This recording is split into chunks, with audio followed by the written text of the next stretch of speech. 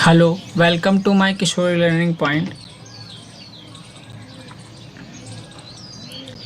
आज हम चैप्टर 5 पढ़ेंगे जो कि चैप्टर तीसरा है, क्योंकि ये चैप्टर कुछ डिलीट भी हुआ है। ये पुराने सिलेबस का चैप्टर है, बट इसमें जो चैप्टर 5 है उसमें चैप्टर तीसरा है।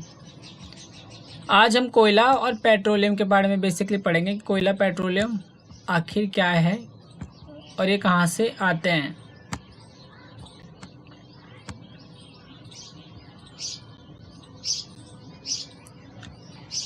हम अपनी मूलभूत आवश्यकताओं के लिए विभिन्न पदार्थ को उपयोग में लाते हैं। इनमें से कुछ प्राकृतिक में पाए जाते हैं और कुछ का निर्माण मानवीय द्वारा किया जाता है, मतलब मानव द्वारा किया जाता है।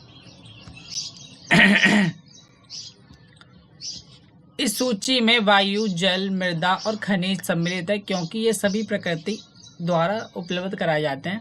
ये प्राकृतिक संसाधन कहलाते हैं जो कि हमें प्राकृतिक से मिलते हैं।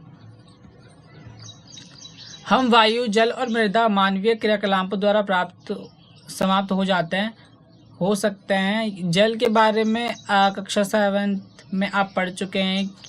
ये एक असीमित संसाधन है। प्राकृतिक में विभिन्न संसाधनों की उपलब्धता की दृष्टि से प्राकृतिक संसाधन का व्यापक रूप से दो भागों में वर्गीकृत किया गया, दो भागों में बांटा गया। एक क्षय प्राकृतिक संसाधन और एक समाप्त होने वाले प्राकृतिक संसाधन।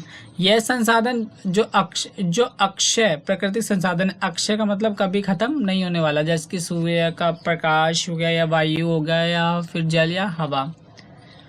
ये संसाधन प्रकृति की असीमित मात्रा में उपलब्ध है और मानवीय क्रियाकलापों से भी समाप्त होने वाले नहीं है। उदाहरण के लिए सूर्य का प्रकाश और वायु, जैसा अभी मैंने बताया आपको। समाप्त होने वाले प्राकृतिक संसाधन, प्रकृति में इन स्रोतों की मात्रा सीमित है। ये मानवीय क्रियाकलापों द्वारा समाप्त हो सकते हैं। इन संसाधनों के उदाहरण हैं वन्य जीव और खनिज, कोयला, पेट्रोलियम, प्राकृतिक गैस इत्यादि। मान लीजिए कि एक पात्र में के खाद्य पदार्थ कोयले, पेट्रोलियम या प्राकृतिक गैस जैसे समाप्त होने वाले प्राकृतिक संसाधनों को प्रदर्शित करते हैं। प्रत्येक समूह का उपभोग प्रतिरूप भिन्न हो सकता है। क्या किसी समूह की पहली पीढ़ी बहुत अधिक लचीली हो सकती है? यह कुछ समूह से पहले पीढ़ी आने वाली पीढ़ी या उसके प्राकृतिक संसाधनों की उपलब्धता के विषय में चिंतित हो। इस अध्याय में हम कोयला, पेट्रोलियम और प्राकृतिक गैस जैसे कुछ समाप्त होने वाले प्राकृतिक संसाधनों के विषय में अध्ययन करेंगे। इसका उपयोग निर्माण सजीवों, प्राणियों के मृत अवशेषों, जीवाश्मों से होता है। इन्हें जीवाश्म ईंधन कहते हैं। अब ये चीज़ क्या है, पहले तो ये जानते हैं हम कि सजीव होते क्या हैं। सजीव जो सांस लेने वाले जीव होते हैं बेसिकली। और जीवाश्म ईंधन कैसे बनाए? जो प्राणी मर जाते हैं उनसे जीवाश्म ईंधन बनता है। जैसे कि कोयला कैसे बनता है ये आपको नहीं पता ना। कोयला जो होता है वो पेड़ पौधों के द्वारा ही बनता है। जब वो मर जाते हैं, आंधी तूफान आती है बड़े बड़े, उसके बाद वो अगर जब मिट्टी में बहुत गहराई तक जम जाते हैं, बहुत वर्षों तक अगर जमे रहते हैं, तो पृथ्वी की ताप की वजह से वो किसमें कोयले में परिवर्तित हो जाते हैं। वो हम आगे पढ़ेंगे। आपने कोयला देखा होगा, इसके बारे में सुना भी होगा। ये पत्थर जैसे कठोर और काले रंग का होता है। ऐसा यहाँ पे देखो, सपोज हो रहा है यहाँ पे खाना पकाने हेतु उपयोग आने वाले ईंधनों में कोयला एक है। पहले इसका उपयोग रेल इंजनों में चलाने के लिए, भाप बनाने के लिए होता था। इसका उपयोग ताप्य शक्ति यांत्रिकों में विद्युत उत्पन्न करते हेतु भी किया जाता है। कोयले का उपयोग विभिन्न प्रकार के ईंधनों के उपयोग में भी किया जाता है। कोयले की कहानी जानते हैं कि क्या थी कोयले की कहानी? लगभग 300 मिलियन वर्ष पूर्व पृथ्वी पर निचले जलीय क्षेत्र में घने वन थे। बाढ़ जैसे प्राकृतिक प्रक्रमों के कारण यह वन मृदा के नीचे क्या हो गए? दब गए। उनके ऊपर अधिक मृदा जम जाने के कारण वे संपीड़ित हो गए। जैसे जैसे वे गहरे होते गए, उनका ताप भी बढ़ता गया। उच्च दाब और उच्च ताप पर पृथ्वी के भीतर मृत पेड़ पौधे धीरे धीरे कोयले में परिवर्तित हो गए। कोयले में मुख्य रूप से कार्बनिक होता है और यह वनस्पति के धीमे प्रक्रम द्वारा कोयले में परिवर्तन हो गए और इसी प्रक्रिया को बोला गया है कार्बनीकरण। अगर ये समझ में नहीं आया तो कमेंट में बता देना, मैं एक बार फिर से इस चीज़ को दोबारा समझा दूंगा शॉर्ट वीडियो में। क्योंकि यह वन संपत्ति के अवशेषों से बना है और एक कोयले को जीवाश्म ईंधन भी कहते हैं, क्योंकि जिंदा जीव, पेड़ पौधे एक जिंदा जीवी तो है, सजीवी तो है, इन्हीं सब चीज़ों से ये बना है। हम एक कोयले की खान को दिखाया गया है यहाँ पे, और यहाँ पे क्या हो रहा है, खुदाई करके कोयला निकाला जा रहा है। वायु में गर्म करने पर कोयला जलता है और मुख्य रूप से कार्बन डाइऑक्साइड गैस उत्पन्न होती है, क्योंकि वो जो ये सारी चीज़ें क्या होती है, पेड़ पौधों में कार्बन डाइऑक्साइड होती है और वो कार्बन डाइऑक्साइड क्या करते हैं, ऑक्सीजन छोड़ते हैं और कार्बन डाइऑक्साइड लेते हैं पौधे, तो वही सारी चीज़ें। औद्योगिक में कोयले के प्रक्रम द्वारा कुछ उपयोगी उत्पाद प्रकृति किए जाते हैं, जैसे कि कोक हो गया, कोलतार हो गया या कोयला गैस हो गया। कोक यह कठोर ग्रंथ सरंध्र और काला पदार्थ है। यह कार्बन का लगभग शुद्ध रूप है। कोक का उपयोग इस्पात के उद्योग, निर्माण और बहुत अधिक के धातु निष्कर्ष में किया जाता है। कोलतार एक लिक्विड जैसा होता है। यह एक प्राकृतिक गंध काला एक द्रव्य होता है। यह लगभग 200 पदार्थों का मिश्रण है।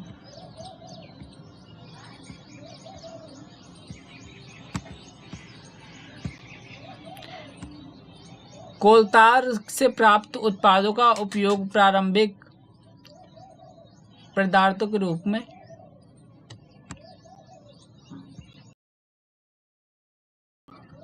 दैनिक जीवन में काम आने वाले विभिन्न पदार्थों के औद्योगिक निर्माण में तथा उद्योगों जैसे संश्लेषित रंग, औषधि, विस्फोटक या सुगंध, प्लास्टिक या पेंट या फिर फोटोग्राफिक सामग्री, छत निर्माण सामग्री के लिए होता है। रोचक तथ्य कि मौत और अन्य कीटों को भगाने के लिए भी इसका उपयोग किया जाता है। नेथलीन की जो गोलियां आती है, कोलतार की प्राप्ति की जाती है। नेथलीन की गोली बाज़ारों में मिलती है।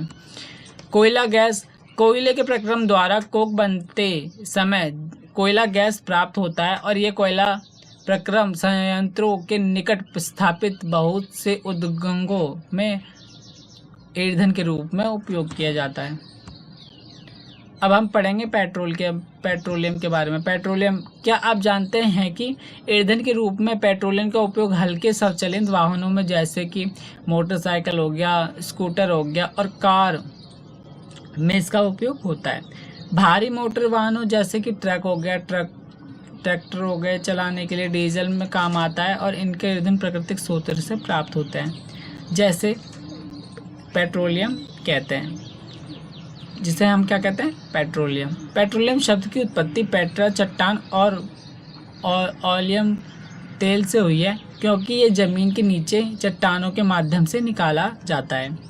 यह आप जानते हैं कि पेट्रोलियम कैसे बनते हैं। पेट्रोलियम का निर्माण समुद्र में रहने वाले जीवों से हुआ है। अब जब ये जीव मृत्यु हुए, उनके शरीर में समुद्र के पैदे में जाकर हम जम गए। वो क्या होता है, जो जीव होते हैं मृत्यु, जैसे कि हो गया मछली वगैरह हो गई है और कोई छोटे छोटे कीट होते हैं, जब वो मर जाते हैं वो बहुत समुद्र की गहराई में जाके उनके तल में क्या हो जाते हैं, जम जाते हैं।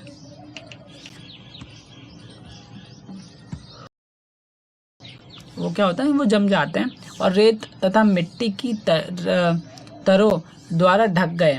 लाखों वर्ष में वायु की अनुपस्थिति, उच्च ताप और उच्च दाब ने मृत जीवों को पेट्रोलियम और प्राकृतिक गैस में परिवर्तित कर दिया।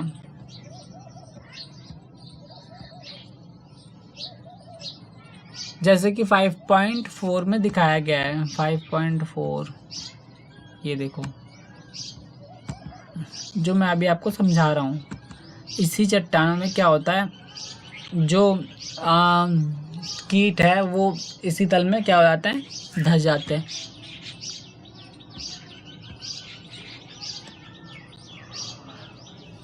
जो पेट्रोलियम और प्राकृतिक गैस के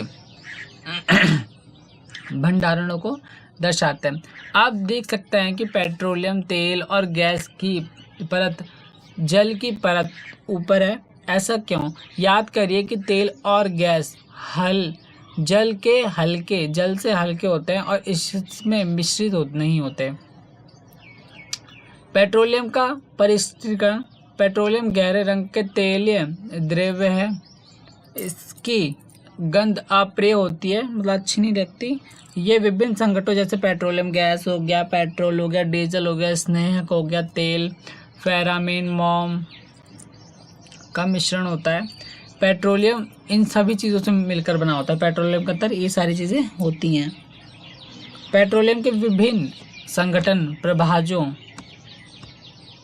को पृथक करने के लिए प्रसंस्करण कहलाता है और इनको अलग अलग करने के लिए परिरक्षण इसे कहते हैं।